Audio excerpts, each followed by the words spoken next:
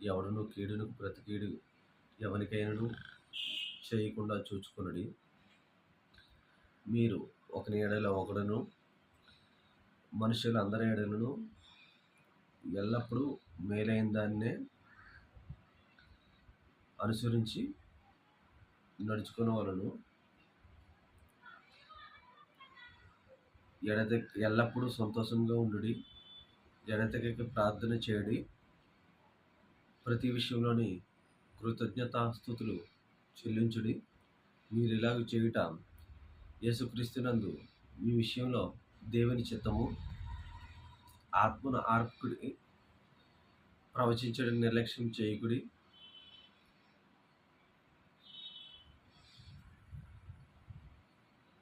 సమస్తమును పరీక్షించి మేలైందని చేపట్టుడి.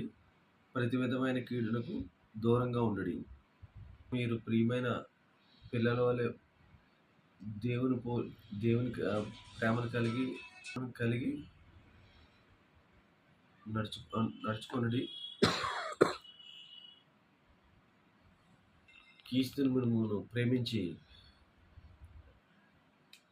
పరిమళ వాసనగా ఉండుటకు మన కొరకు తను తాను దేవునికి అర్పణగాను బలిగాను అప్పగించగలను గనుక ఆ విధముగా దేవుని ప్రేమను మీరును ప్రేమను కలిగి నడుచుకోండి. జాగ్రత్తమే కానీ ఏ విధమైన అపవిత్రతే కానీ లోభత్వమైన కానీ అట్టి మాటలైనను మీరు పలకకుండుడి.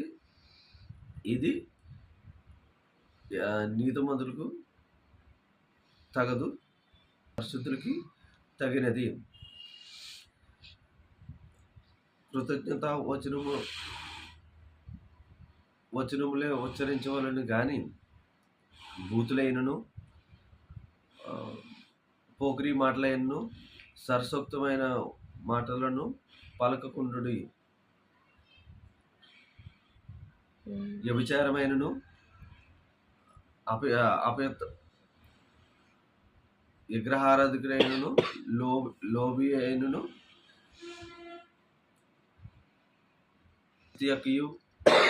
క్రీస్తు యొక్కయు దేవుని యొక్కయు రాజ్యమునకు హక్కుదారు కాదనే సంగతి మీకు నిశ్చయంగా తెలియను.